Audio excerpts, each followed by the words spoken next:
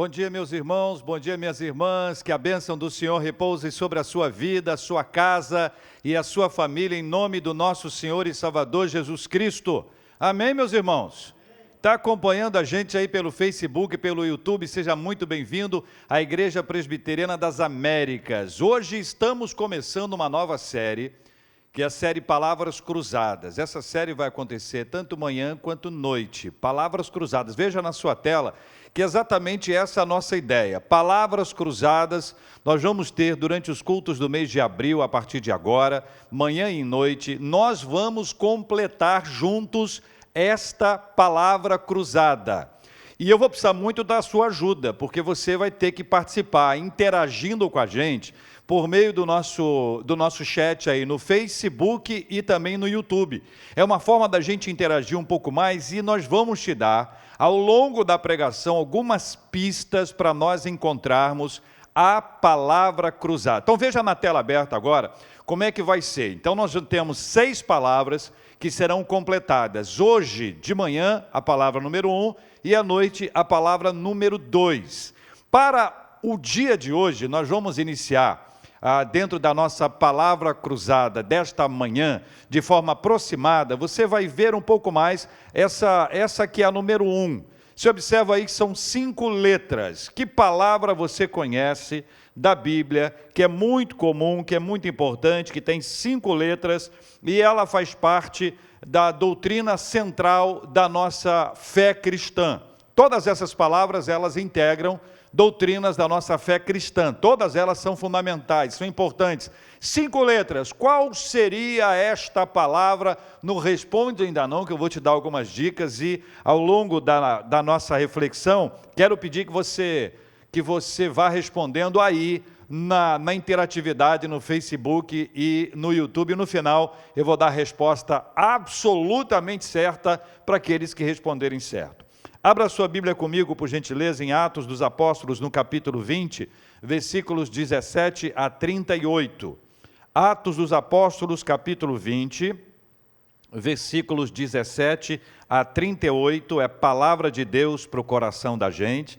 Então veja aí com a gente a leitura do texto bíblico, Atos dos Apóstolos, capítulo 20, a partir do versículo 17, indo até o versículo 38.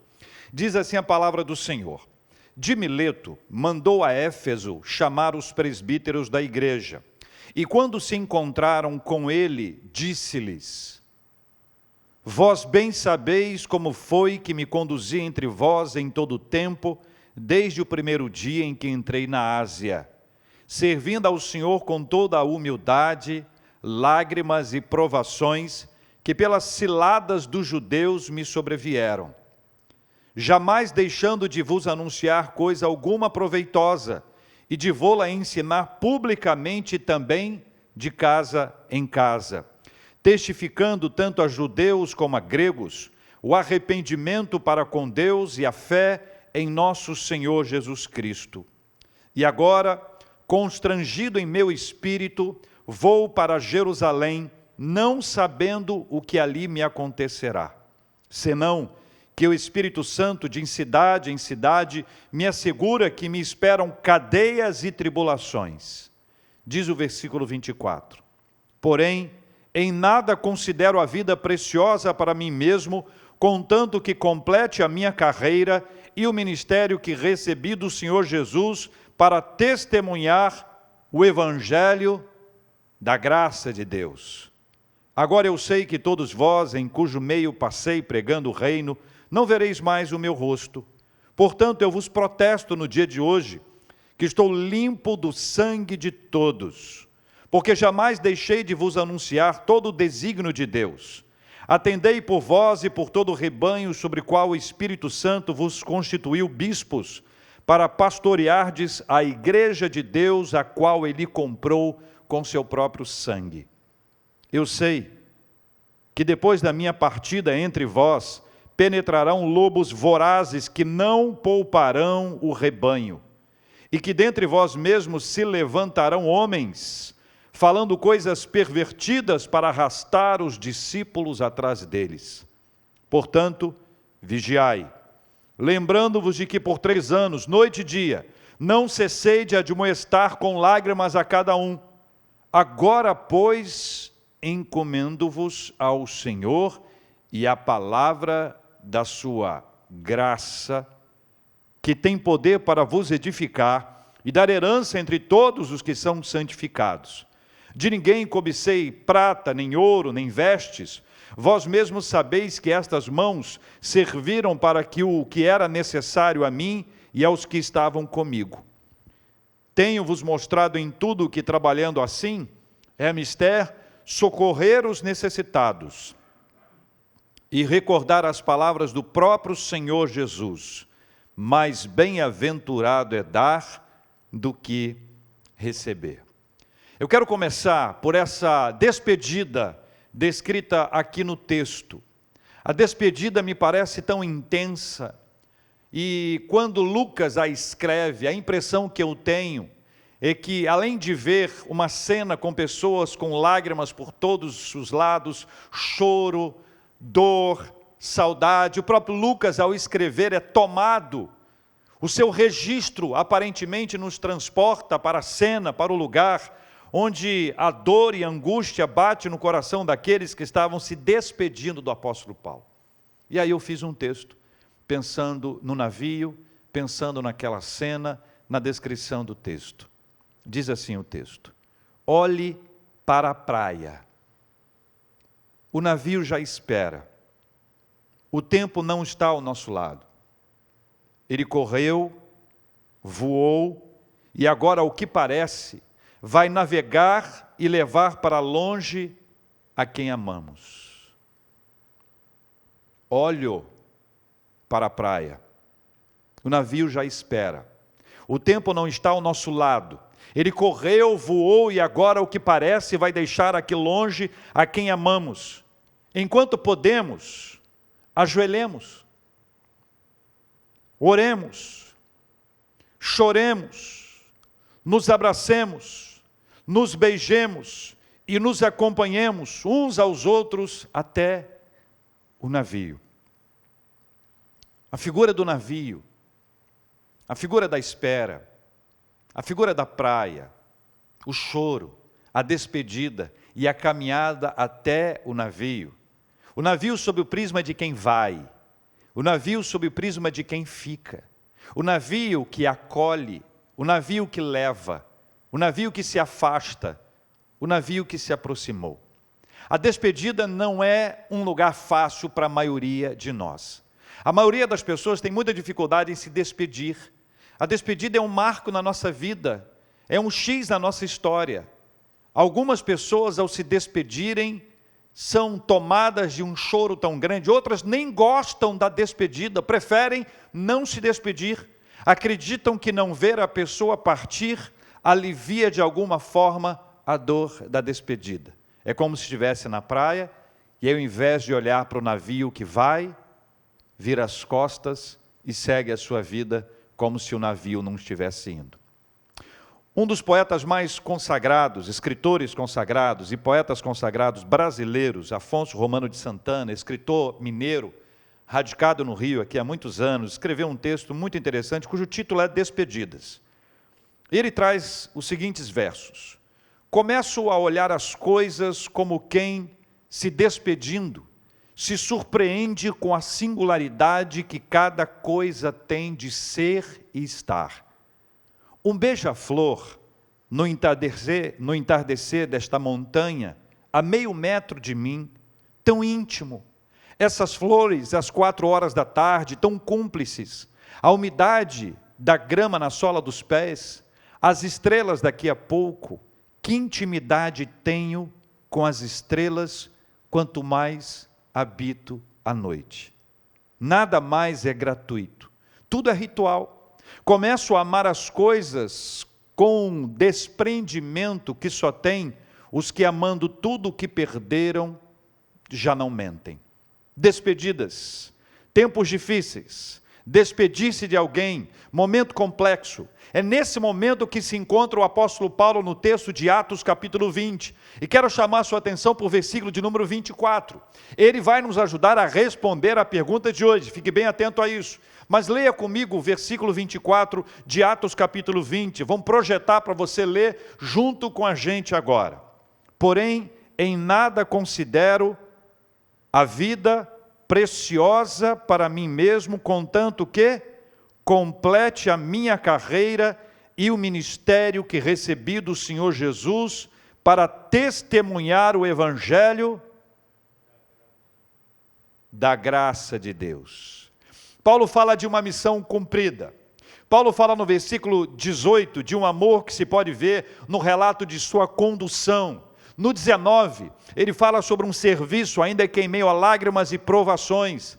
No versículo 20, ele fala de um anúncio incessante, seja público ou de casa em casa. No versículo 21, ele fala do desafio a judeus e gregos ao arrependimento para com Deus e a fé em nosso Senhor Jesus Cristo. Nos versículos 22 e 23, Paulo não sabe o que o espera. Mas o Espírito Santo que o está conduzindo já falou com ele sobre cadeias e tribulações. E é no versículo 24, texto que nós acabamos de ler, que Paulo fala que a vida dele é muito preciosa. Ele não descarta a preciosidade de sua vida e nem a subestima, mas ele apresenta um foco na grandeza do propósito e do seu comprometimento com o Senhor. A palavra que Deus nos traz nesse texto não é para subestimar a vida, Paulo não subestima a sua vida, mas ele apresenta um foco, um holofote no comprometimento, no propósito que Deus deu a ele. E esse propósito nasce na sua conversão. Em Atos dos Apóstolos, no capítulo 20, na estrada para Damasco, Deus alcançou a vida de Paulo e deu a ele um propósito. A realidade da vida espiritual de Paulo passa a ser uma realidade em que ele tem o seu coração transformado, a sua vida mudada, o seu objetivo, o objetivo da sua existência ganha uma outra cor, é tomado por uma singularidade muito especial. A partir de agora, Paulo tem uma missão, ainda Saulo, depois Paulo, de testemunhar a respeito da graça de Deus. Esta é a canção que vai embalando o apóstolo Paulo. Essa é a sua trilha sonora, testemunhar. A ele cabe agora a missão, a alegria e a bênção de testemunhar a respeito da graça de Deus. Veja se não é o mesmo que deve acontecer com você e comigo.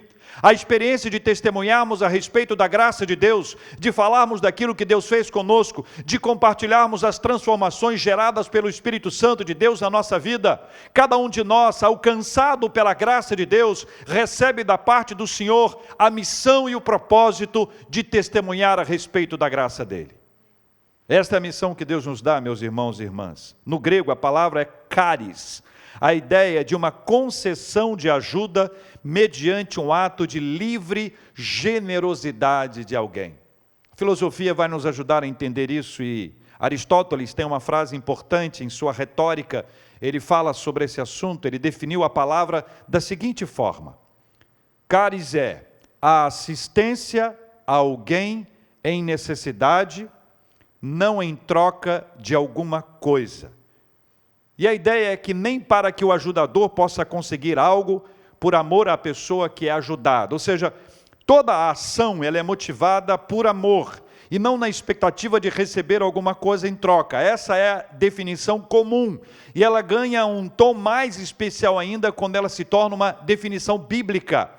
Quando você compreende que na Bíblia, todas as vezes que aparece esta palavra, que é a resposta de hoje, todas as vezes que essa palavra se apresenta, ela está associada a uma entrega, a uma doação. E essa entrega, essa doação é amorosa. Não é algo que você faça para receber alguma coisa em troca, mas é algo que Deus nos dá, é a manifestação da bênção dele sobre a nossa vida, de tal forma que isso se torna um marco na nossa existência. Se a gente pegasse isso do ponto de vista geográfico, e pensando em termos de mapa, nós poderíamos imaginar que o marco desta palavra está em Belém, ou a partir de Belém que isso acontece. Ou seja, de forma muito especial, a partir de Cristo, isso se torna ainda mais intenso.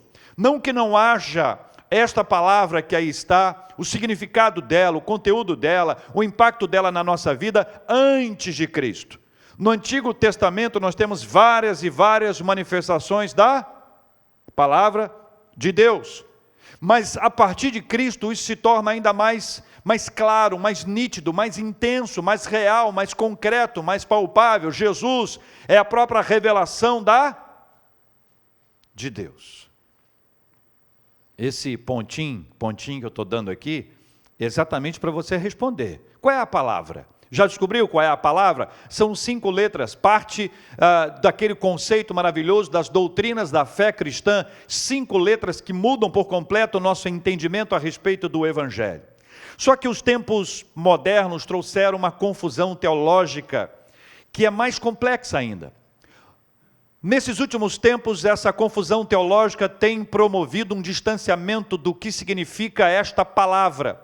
E tem se criado um novo significado que se baseia não na liberdade que Cristo nos dá, mas na libertinagem assumida por alguns. É um entendimento equivocado a respeito do Evangelho. Então você tem um grupo de supostos cristãos, que eu vou chamar aqui de subcristãos, vivendo um subcristianismo, como se cristianismo fosse. Tudo isso fundamentado num conceito complicado de liberdade, que do ponto de vista teológico está mais para libertinagem do que liberdade. Se aproveitam dessa palavra de 5 letras, fundamental para o nosso entendimento, e acabam se envolvendo com aquilo que desagrada a Deus.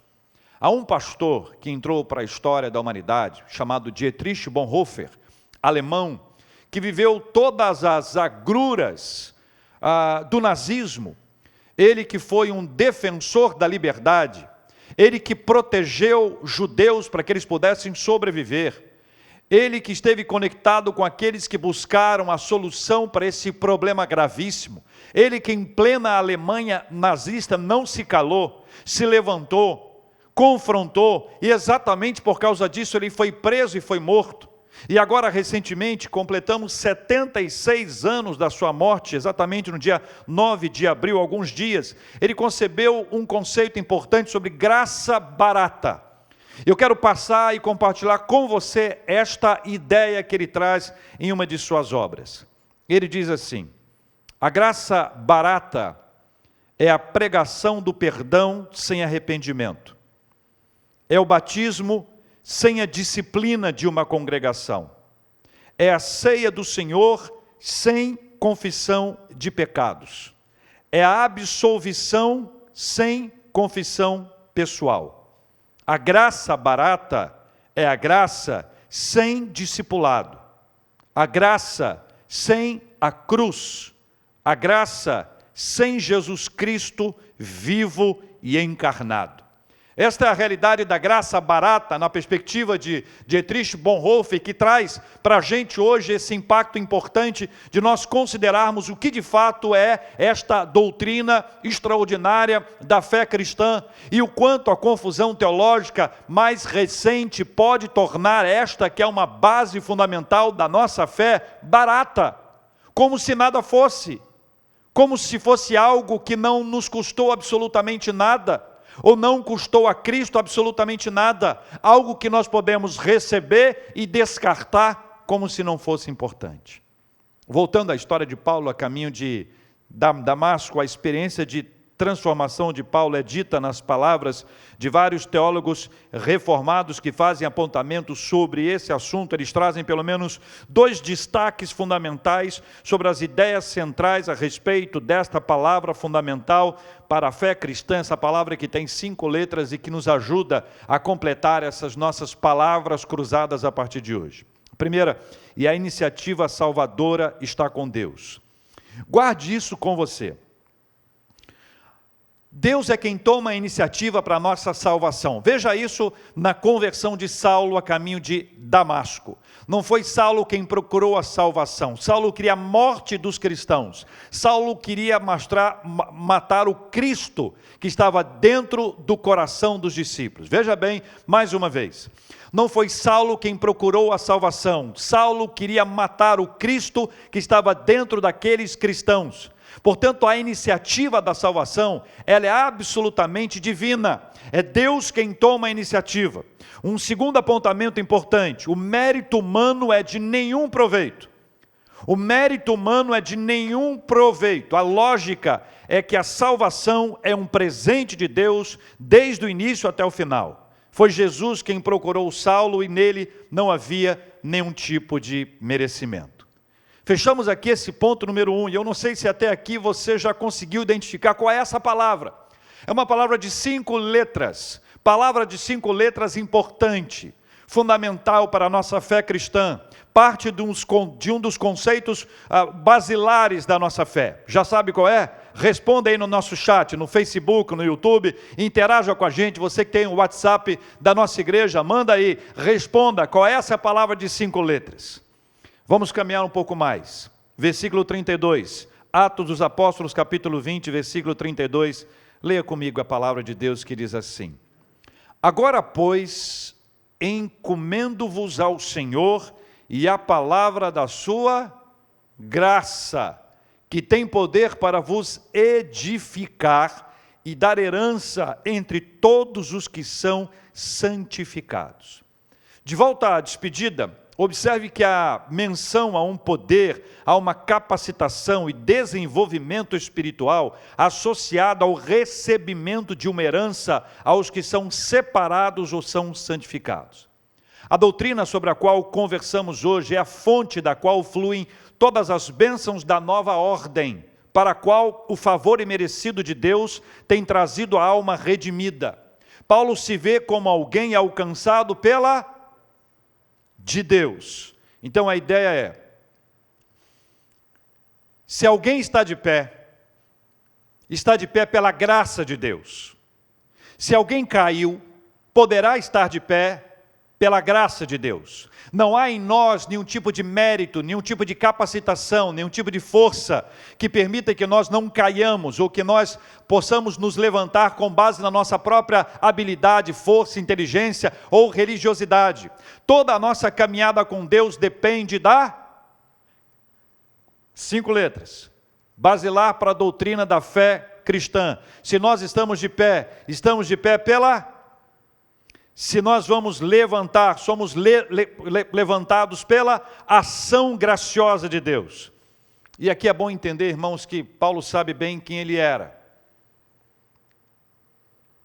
Ele sabe da sua luta, sabe da sua batalha, sabe das suas crises, sabe dos seus pecados, sabe da sua vida. Ele reconhece quem é o autor da grande virada, da grande transformação da sua existência.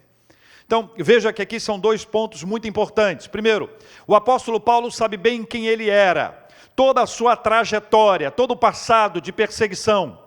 O apóstolo Paulo sabe quem ele é, reconhece as suas batalhas, as suas lutas, as suas dificuldades. E ele sabe quem foi o autor da sua mudança. Ele sabe quem continua a mudar a sua existência. Quem conhece a sua história. Quem sabe quem mudou a sua perspectiva de vida, saberá ter uma vida cristocêntrica.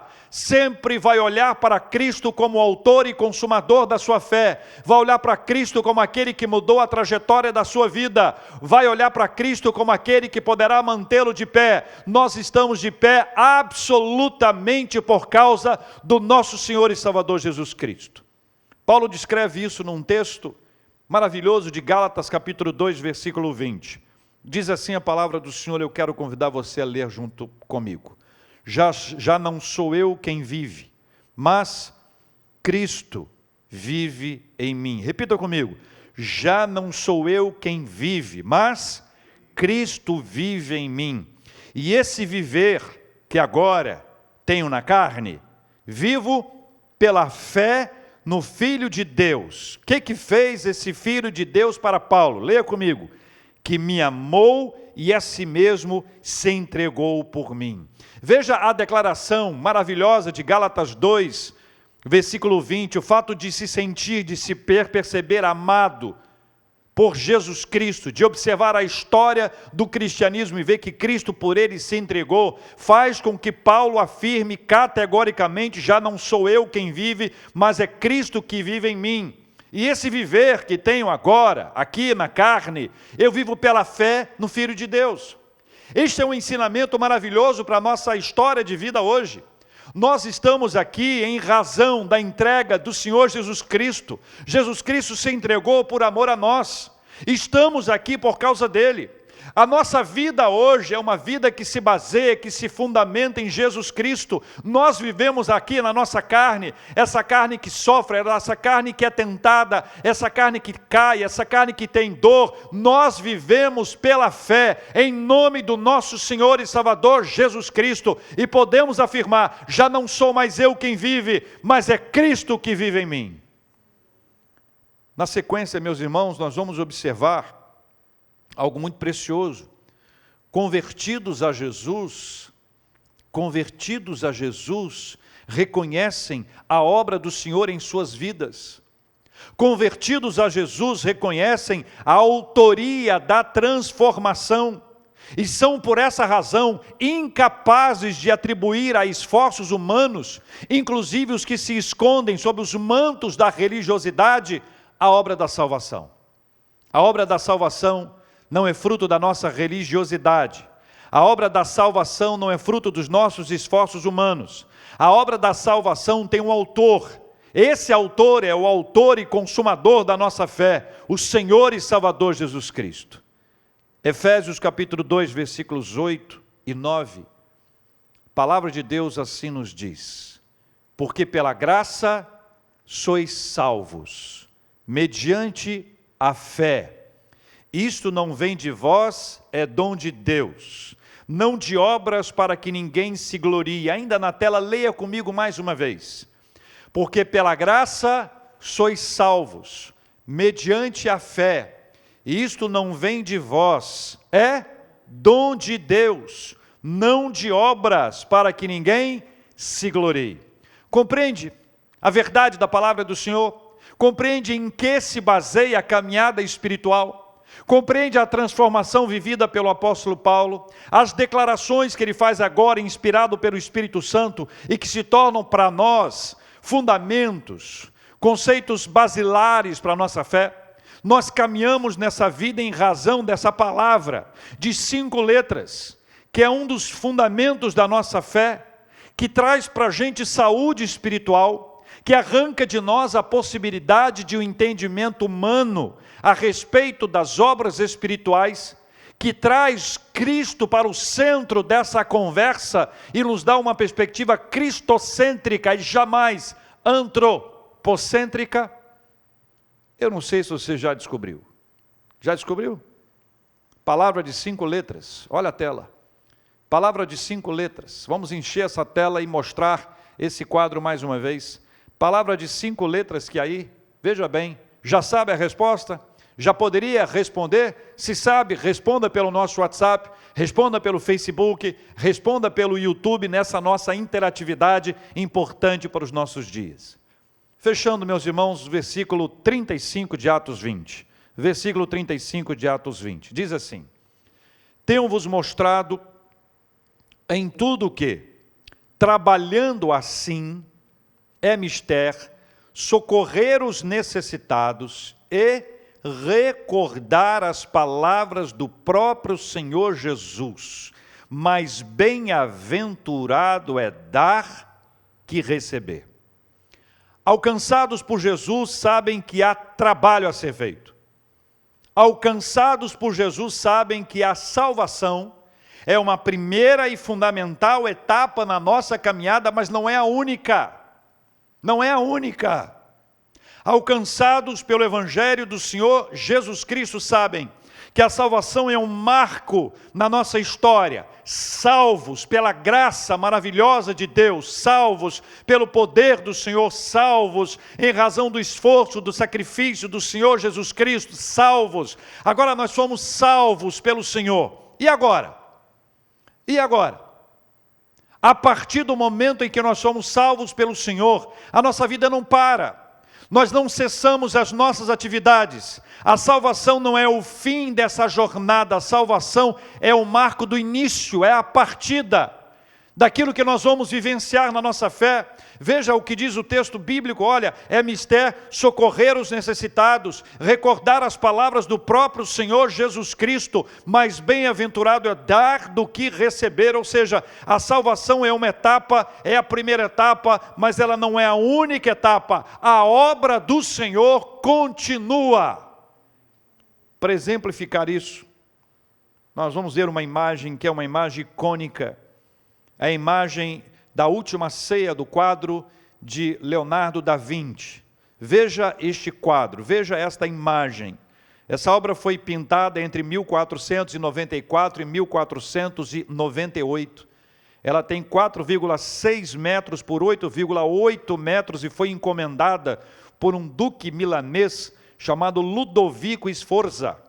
Recentemente, o projeto Google Arte e Cultura, em parceria com a Academia Real de Artes de Londres, publicou na internet esta versão digitalizada em altíssima definição, com mais de 1 bilhão de pixels. Essa imagem é um desses retratos que marcam a história da humanidade como uma obra de arte que deve ser considerada tão somente como obra de arte e não como retrato fiel daquilo que aconteceu na ceia instituída por Jesus Cristo. Mas eu gostaria de, a partir dessa imagem, eu tendo essa imagem em mente, que você observasse comigo o texto clássico de 1 Coríntios capítulo 11, versículo 26. 1 Coríntios capítulo 11, versículo 26 nos diz assim a palavra do Senhor. Leia comigo. Porque todas as vezes que comerdes este pão e beberdes o cálice, anunciais a morte do Senhor até que Ele venha. Veja que o que está descrito no texto é um movimento, é algo contínuo, é uma ação que não cessa, é algo que não para, é algo que vai além, que vai nos conduzindo, ou seja, quando Jesus estabelece a Santa Ceia, Ele não faz a ceia do Senhor como um ato final, como algo para acabar ali, pelo contrário, Ele estabelece essa ceia para que ela seja continuamente, a partir daquele dia, todos os primeiros dias da semana, no primeiro dia da semana, sempre aos domingos, a igreja passou a se reunir para celebrar a ceia. E esta reunião, na perspectiva do apóstolo Paulo, ao escrever esse texto, é para que nós anunciemos a morte do Senhor até que Ele venha. Ou seja, quando nós pensamos nesse movimento especial, nós estamos pensando em algo que não para, algo que não cessa. É o movimento contínuo dos cristãos, que foram salvos pelo Senhor Jesus Cristo, mas que não pararam ali, não cessaram ali, não cruzaram os braços, não se assentaram nas suas poltronas confortáveis e passaram a ser espectadores dos cultos, passaram a ser aqueles que assistem, aqueles que observam, aqueles que comentam, que analisam. Não, nós os cristãos não fomos chamados para isso. Os cristãos lavados e remidos no sangue do Cordeiro foram chamados para pregar o Evangelho do Senhor Jesus Cristo, para anunciar a morte do Senhor Jesus Cristo até que Ele venha. E aquele que anuncia a morte do Senhor, anuncia a sua ressurreição. E aquele que anuncia a sua ressurreição, anuncia a volta do Senhor e Salvador Jesus Cristo. O Evangelho de Jesus Cristo, ele é prático. Ele não é apenas teórico. Nós temos fundamentos sólidos para a nossa fé. Nós temos conceitos teológicos que são sustentados ao longo dos anos. A fé reformada é sólida. Ela nasce na reforma protestante. Ela tem seus valores sólidos, sendo ali constituídos ao longo dos anos. Ela não é tomada por ventos de doutrinas. Ela não é tomada por inventividade, por criatividade humana. Ela não é fruto de meninice. Ela é fruto de maturidade cristã. Mas ela é também prática. É uma fé, é uma teologia que vai para as ruas, é a teologia que vai para casa, é a teologia que nos faz recordar as palavras do Senhor Jesus Cristo, que é melhor dar do que receber. Não se trata de assistencialismo. Aqui, o assunto do apóstolo Paulo, no texto de Lucas, em Atos dos Apóstolos capítulo 20, fala de algo entregue. É uma entrega de si mesmo. É a partir da sua própria entrega a Deus, que você vai conseguir se entregar ao próximo. É através do nosso serviço ao Senhor que nós vamos servir ao próximo. É através do serviço ao próximo que as pessoas verão que nós fomos alcançados pela...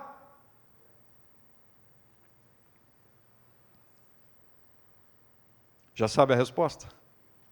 5 letras. Doutrina fundamental para a fé cristã. Vamos responder a esta palavra. Vamos encher a nossa tela com a resposta para aqueles que responderam de maneira correta. Graça. Graça. Esta é a palavra, graça.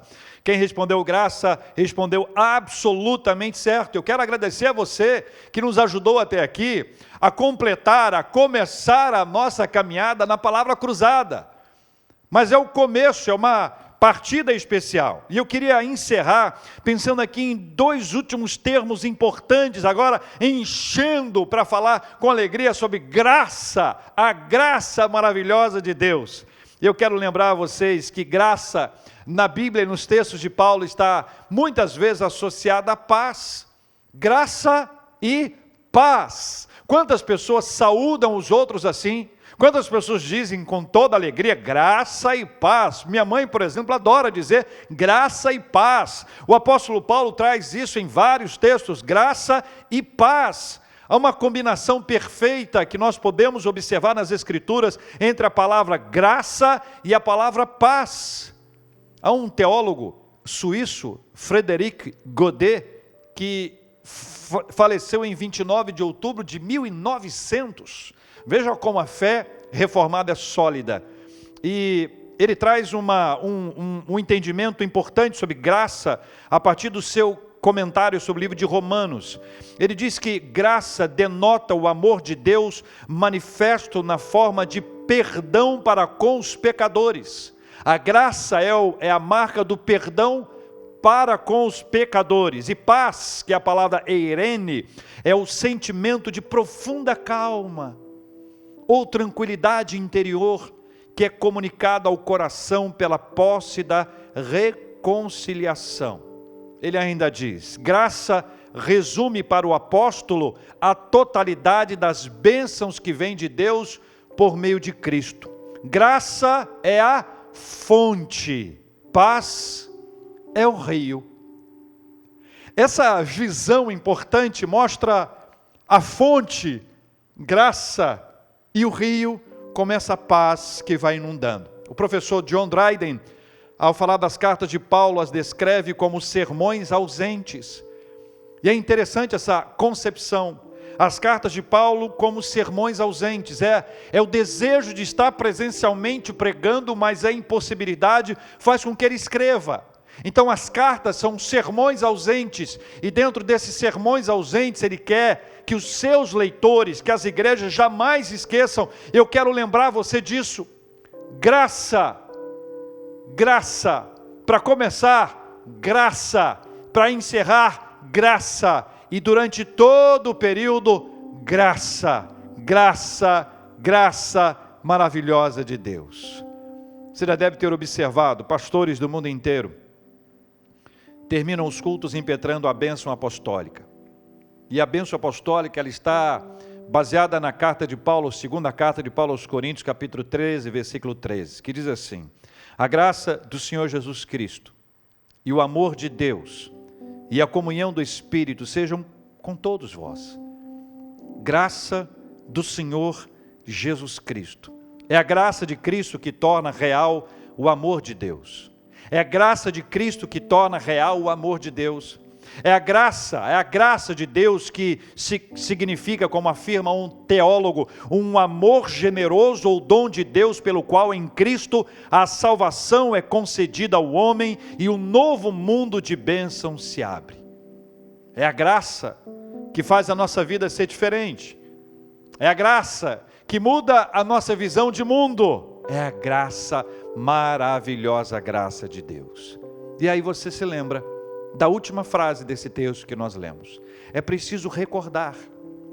Veja o que diz o último versículo, versículo 35.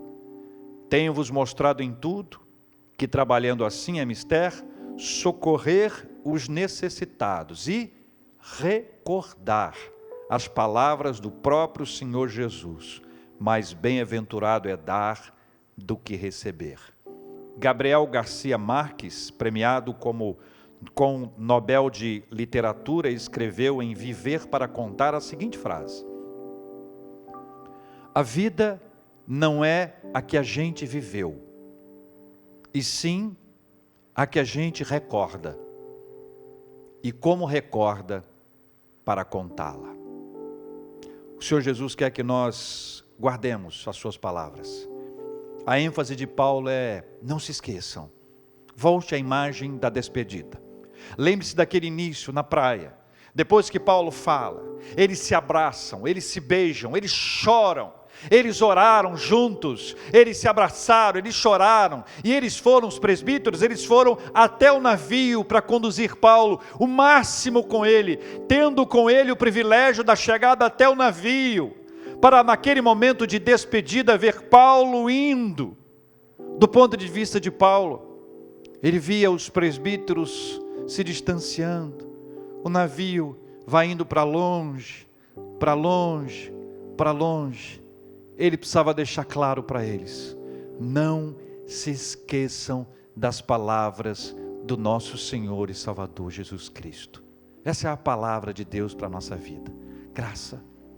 Não se esqueça, somos salvos pela graça, ficamos de pé pela graça, somos levantados pela graça, pregamos a graça, a graça, a graça.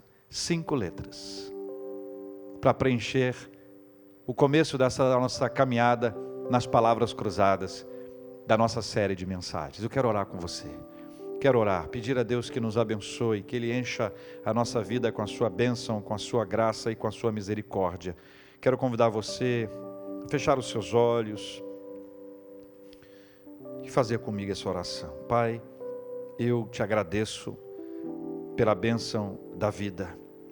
Eu te agradeço por aqueles queridos e amados que conosco estão agora, que reconhecem a graça do Senhor em suas vidas, que reconhecem o poder do Senhor em suas vidas, que sabem o quanto o Senhor é um Deus maravilhoso, que cuida da gente, que está com a gente, que não deixa a gente, apesar da gente.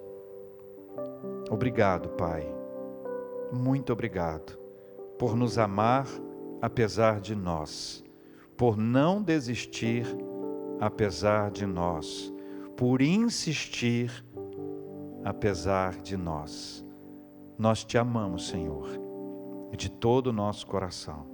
Nós amamos ao Senhor. Muito obrigado pela graça, maravilhosa graça do nosso Senhor e Salvador Jesus Cristo. Pai, nós oramos pelos nossos irmãos que estão enfermos. Lembramos de Alzeni, lembramos de Alessandra, lembramos de Lúcia, lembramos de outros queridos e preciosos irmãos que agora estão passando por momentos de lutas e dificuldades. Lembramos, ó Deus, daqueles que estão internados ou daqueles que estão em tratamento em casa. E pedimos que sobre eles, cada um deles, esteja a bênção da cura em nome do nosso Senhor e Salvador Jesus Cristo. Oramos, ó Deus amados, por aqueles que ainda estão chorosos, cujos corações enlutados sentem a saudade e a dor da perda. Não é fácil lidar com isso, num ambiente em que toda hora esse tema volta.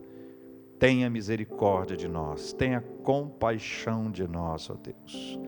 Pai, nós oramos pelas nossas famílias, oramos pelos nossos lares, oramos pelos nossos queridos e amados, oramos pelos nossos amados de longe e de perto. Oramos, ó Deus, pela vida financeira, profissional, pelo trabalho de cada um de nós, pelos estudos dos nossos filhos. Oramos, ó Deus, por relacionamentos saudáveis, por amor e por respeito para a glória do Teu santo nome. Oramos, ó Deus, pelo fortalecimento da nossa fé. Oramos por conversões, por transformações genuínas, verdadeiras, e não por pessoas que se habituam à fé, mas pessoas que vivam pela fé e vivam a fé para a glória do nome do Senhor. Tudo nós entregamos e agradecendo. Somos gratos pelos aniversariantes de vida e de casamento, por aqueles que estão agradecidos pelas bênçãos já recebidas, ou aquelas que pela fé nós esperamos que venham a acontecer, aquelas pelas quais nós já te agradecemos e sabemos que enquanto elas não chegarem, o Senhor vai nos dar a bênção da paciência, e se não for a vontade do Senhor que elas cheguem, o Senhor vai nos dar a bênção da paz, porque nós vivemos em nome do nosso Senhor e Salvador Jesus Cristo. Amém.